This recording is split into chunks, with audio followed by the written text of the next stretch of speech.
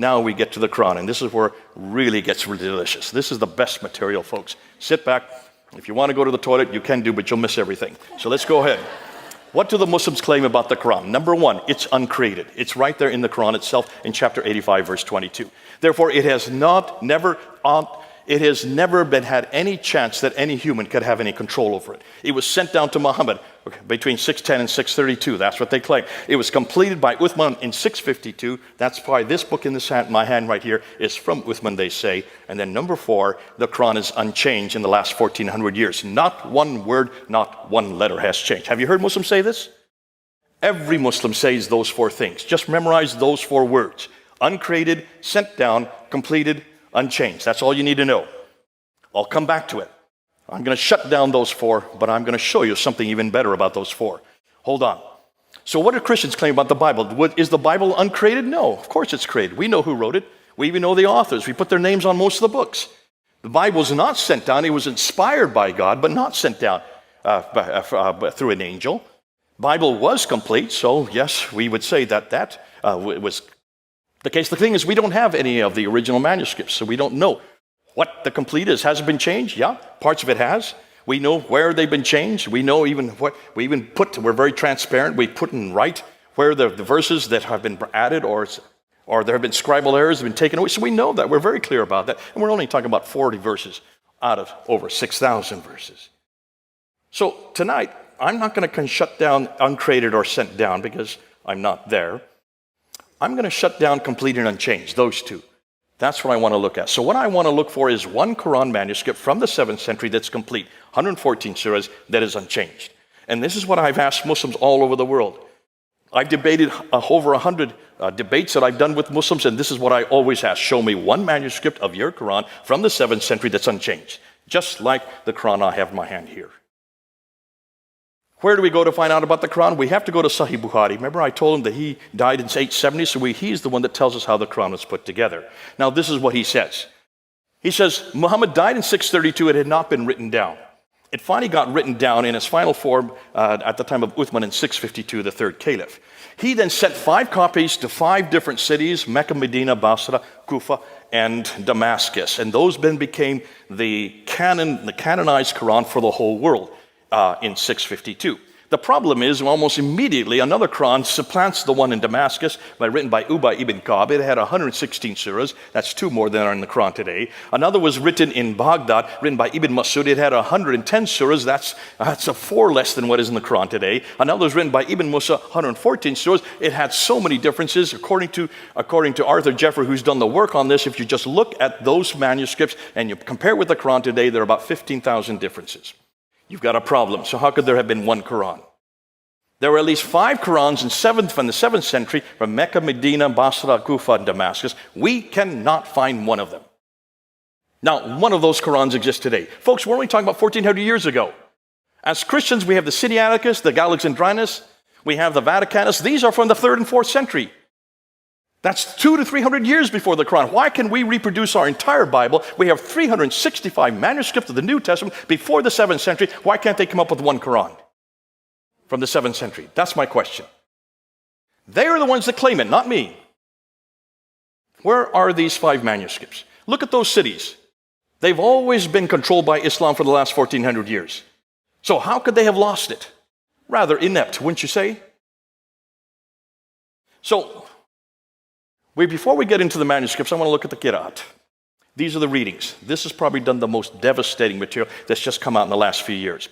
These are the original manuscripts. Now, I say original means these are the earliest manuscripts. You notice when you read them, you can all read the Arabic. You notice you can't. Why can't you read that? Because in order to be reader Arabic, you need to have dots and vowels, right? There are no dots and vowels on that. You need that. Why? Because those manuscripts, the Samarkand and the Sana, those ones had 16 letters. But you can't read it today unless you have vowels to help you out, or dots. Today there are 28 letters, so obviously another 12 letters were added. Why? Because of the dots. Now there are 6 letters that don't require dot, like the alif, the kaf, the lam, the mim, the nu, ha, and the waw. The other 22 all require dots. What am I talking about? Well, take a look at one smiley face. One smiley face is usually the root of most letters in Arabic. If you put 1 dot up, you have a na. 2 dots above, you have a ta. 3 dots above, you have a tha. 1 dot below, you have a ba. 2 dots below would have a ya. Na, ta, tha, ba, ya. 5 dots were added in the 8th century, not in the 7th century.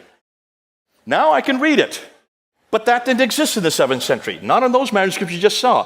Hold on, what about dialectical differences? You need to have 3 vowels to have dialectical differences.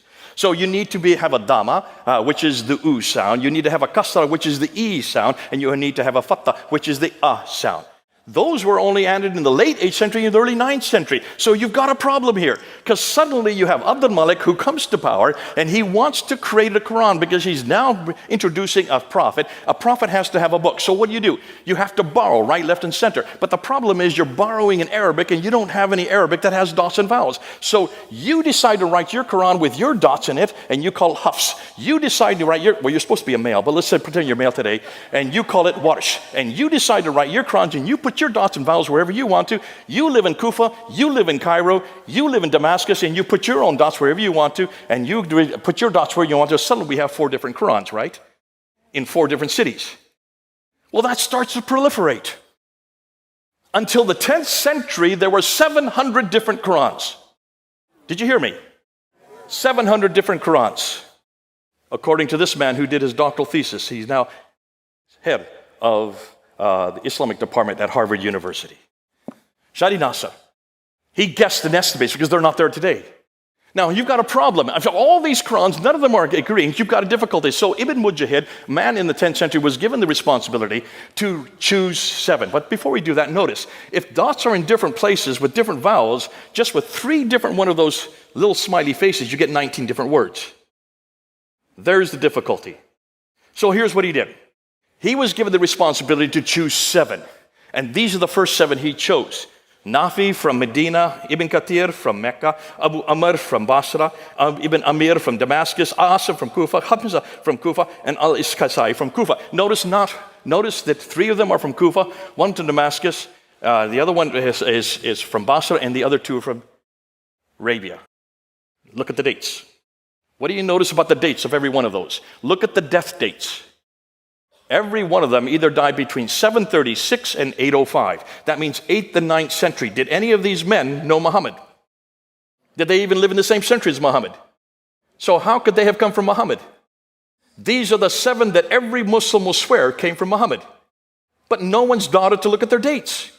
I am the one that put the dates up there. You've got to put the dates together, folks. And this is where you're going to shut down every Muslim. They have no idea of these dates. Those are the first 7, but this book is not there. This is Hafs. This is the official book for the whole world today. Memorized by 93% of all Muslims. Hafs an Asim. You see Asim's name up there, number 5?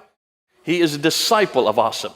So in 1194, 2 disciples were chosen from every one of the 7 to make 14, right? And that was chosen by Al-Shatibi in 1194. Now you have 7 plus 14. How many do you have? 21. Am I correct? I hope my math's right. That still isn't good enough. In the 15th century, in 429, another man named Al-Jazari chose another 9 to culminate with another 21. So now you have 30 different Qurans. No 2 are alike. But you've been told there's only 1 Quran. Right? And the one that was chosen by Saudi Arabia was the Hafs that you see there. Guess how many differences there are between Hafs and the other 29? 93,000. 93,000. This is the first time you're hearing this, right? I hope you people who are watching, you Muslims who are watching, you're listening to this. This is going to shut down your Quran for you. Who is the one that found this? Hatun Tash, my colleague. She's only 5'2". She's from Turkey. In London, she and I were on the ladder for 3 years there at Speaker's Corner every Sunday. She was the one that found these by accident because she went to Morocco, she went to Yemen, she went to Jordan, and she went into a bookstore and says, show me a Quran. And they said, well, which Quran are you talking about? She said, what do you mean, which Quran? They said, well, we have Qalun here, we have Hafs over here, we have Warsh over here, we have Kisai over here, we have Ibn Kathir. She said, well, give them all to me. So she brought them back to London, showed me them, and I looked at them and I said, oh man, I started laughing. I thought these were all destroyed in 1924. They were in Cairo and thrown into the Nile. Evidently not. There they are. She has found now 26 of them. She brought 26 of them down to Speaker's Corner. We held them up in 2016. We filmed it and went all over the internet. This shut down the Quran in 2016. See the man that's there on the right, the tall man with the beard? His name is Muhammad Hijab. One of the most popular men on the internet. He has a following about anywhere from 500,000 to 1 million followers. He was there filming us. When he was doing that, he realized there was a problem. He quickly went outside the crowd and he yelled at all the people, "Come to me. Do not look at what they're showing you. Do not listen to what they're saying. I will explain everything to you." Obviously, he explained it pretty well. Why? Because 4 years later, he was shown these material. I'm not going to go into all of these. You can go into every one of them, but you can see the huff's on the left, the water's on the right. In every case, it's completely different words. Just by changing the vowels, by changing the dots, you not only get different words, you get different meanings. You don't even get different meanings. You get different doctrines, you get different theologies, and you get different practices. It shuts down the Quran from being preserved. Obviously, these are all done by man. There's a problem there. And so he came to this man who's a leading authority there on the right, Yasser Qadhi, there in Houston, and he said, "I have a problem. I'm going to put my hand out here, and this is a blank piece of paper. Which Quran are you going to write on it? Which is the one that's eternal? Which is the one that was revealed to Muhammad? Tell me, which one of it?" Remember, he was the one that told all the Muslims he was going to explain it to them. Yasser Qadhi says, "We do not talk about this in public." This is the most difficult problem for Muslim scholars for the last 1,000 years. He said, "We have a respect for the Quran. There are certain questions we don't ask." So Muhammad said, "Was that the problem you had when you were at Yale University getting your doctorate on this in 1995? Is that where you had a crisis of faith?" He says, No, not crisis of faith, crisis of knowledge. Notice the difference. He said, "In the West, the scholars have come leaps and bounds in the last 100 years. And they're looking at you," pointing to Muhammad Hijab in the East, "they're looking at you like the emperor with no clothes." Why? Because your standard narrative has holes in it. What narrative? Standard Islamic narrative. S-I-N. Has holes in it. Well, we know sin has holes in it. But can you see what happened?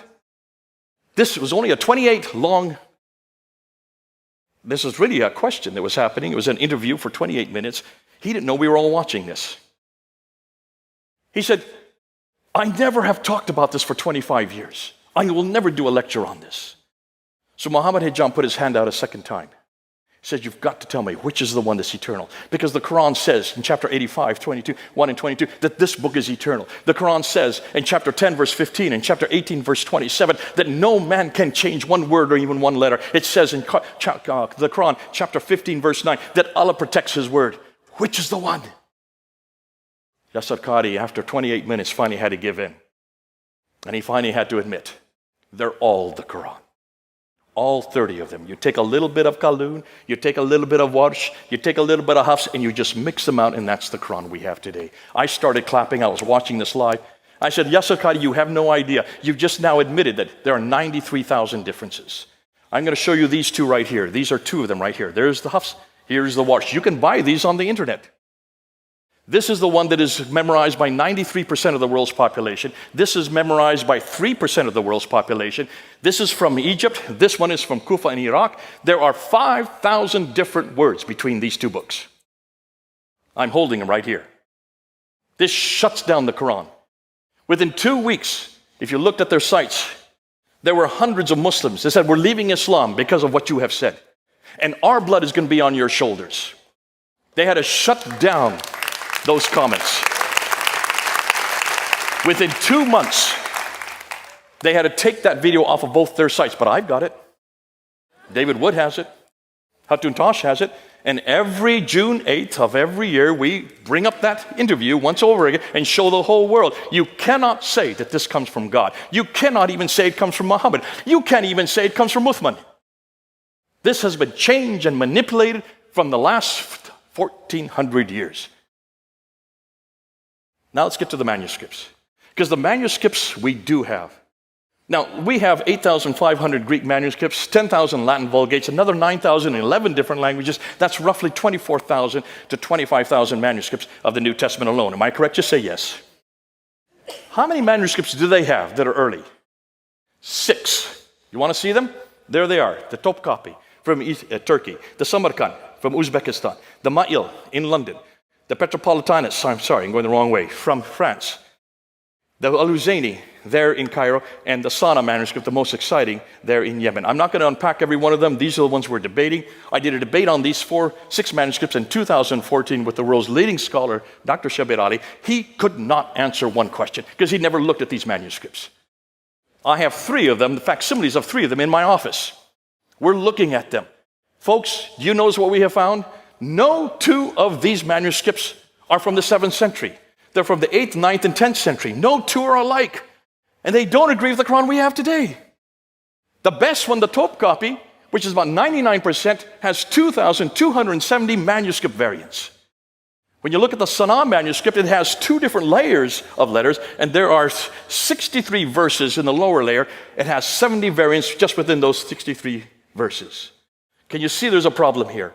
I'm not going to get into these ones here. These are the carbon datings. But when you look at the carbon datings of the earliest manuscript, the Sana manuscript, the datings of the carbon datings of this manuscript, they are date from 390 to 550. They all predate the Quran.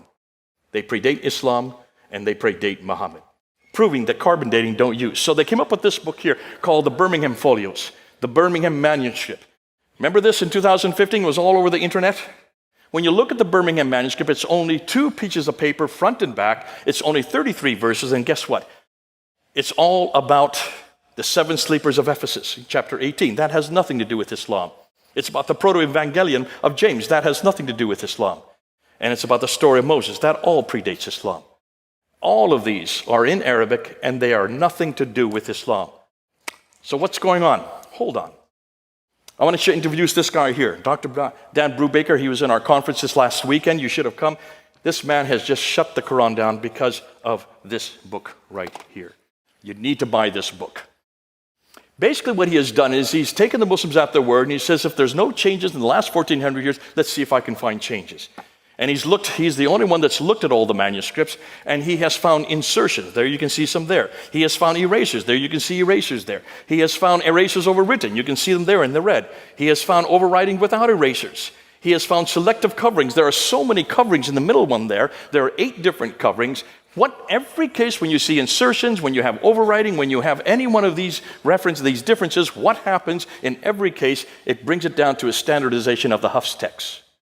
Means that this is censorship that's been going on for not 1,400 years. It's been going on since the 1300s. For 700 years, they've been changing these manuscripts to make them so they all are alike. Selective coverings, overwritten, and tapings. We went down to Speaker's Corner. I go down there whenever I'm in London. There's Hatun Tash, the 5'2" lady that destroyed the Quran. They're on my left there. And we decided to introduce this book there at Speaker's Corner. While we were there, one of the leading scholars on the right there, Mansour Ahmad from Bangladesh, got up there and tried to shut us down. And he was making the claim that you can trace the Quran back all the way to the 7th century. So I turned to him and I say, okay, you can do that. Show me what manuscript you're talking about. It's not the Topkapi or the Samarkand. It's not the Petropolitanus. You can't use the Husseini, and don't use the Ma'il manuscript, and certainly don't use the Sana manuscript, because all of these are 8th, 9th, and 10th century. Which is the manuscript that goes back to the 7th century? He finally had to admit that there were 96% of the Quran that they could find within the 1st century. That means between 622 and 721 or 719. Notice the 63 that he's talking about. These are the fragments that he has found. Notice we looked at every one of these fragments.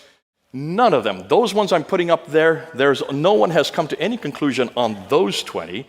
The next 9 are all after 719, so they shouldn't have used those 9. And the next 34, no one's done any work in. Which means he has basically, what the Muslims have done, they've just created manuscripts or fragments. Most of these are just 1 or 2 verses. They've tried to come up with 63 to come up with 96% of the Quran, and none of them can be used from the 1st century of Islam. Ooh, I love it. It makes my job so easy. Thus, none of them are really valid, since all of them are either later or tentatively dated or have no supporting evidence. So, where did the Quran that we have in our hand, where did it come from? This book right here.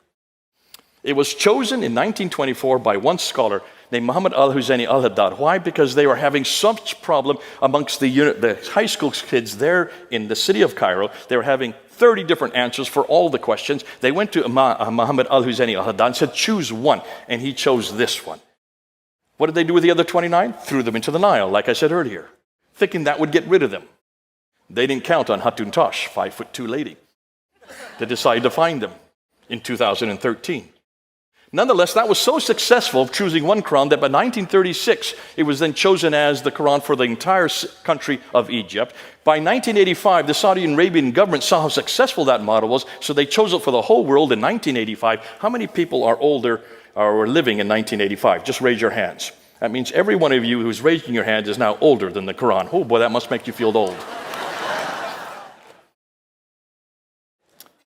But now we're coming to the best. This is the last thing. And this is lovely. See, you'd like to know where the Quran really comes from, right? I'd like to know where the Quran really comes from. Because if you're having to put together a book because a man has been chosen who writes the book, you don't have anything at hand. What are you going to do? You're going to borrow, are you not? So this is exactly what happened in the 8th, in the 9th, in the 10th century. But what did they borrow? Let me introduce this man here, Dr. Gunther Lulling, who was a German scholar. He did his doctorate in 1970, and as he looked at the Quran, he noticed that there was some beautiful poetry in the Quran. He said, I've seen that before. So he took those 5 dots off, and he took the 3 vowels out, and replaced them with Syriac and Nabatean dots, put the Syriac dots back in, and put the vowels back in. And guess what he found? That these beautiful poetry were Christian hymns, written by Christians, about Jesus Christ. This was found in 1970. As a result of that, he was such an embarrassment for the academia there in Germany that though he received in his doctoral the Examen Opus, which is the highest grade you could get in Germany, which means that you should be given a professorship in any university of your choice, he was thrown out of academia and he went into obscurity for 30 years. Lived on welfare with his wife. I met him in 1998. I said, could I see your doctorate? I took it back to England and I got it from Germany and put it into English. Now remember, when he writes, one sentence is 400 words long. That's how the academics do it in Germany.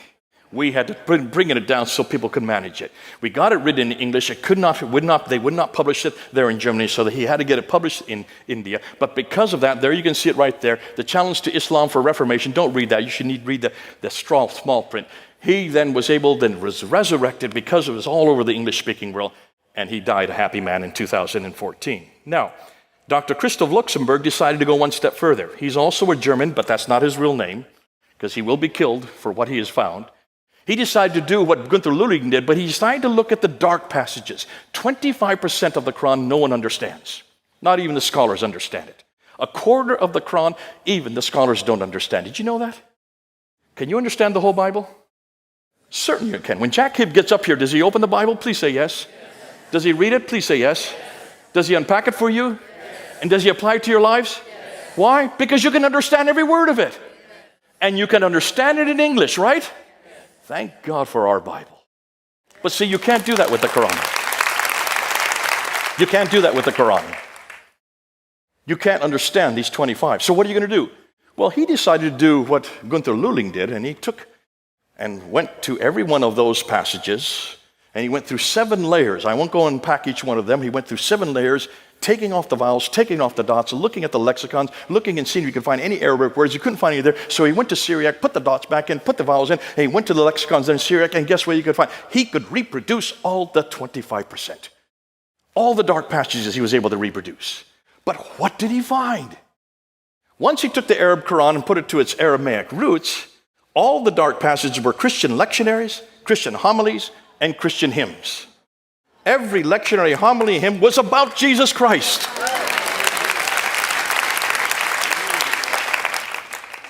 It had nothing to do with what they found, but who they found. Folks, there are 4 textual evolutions. I'm not going to go with them tonight, but can you see what we're doing?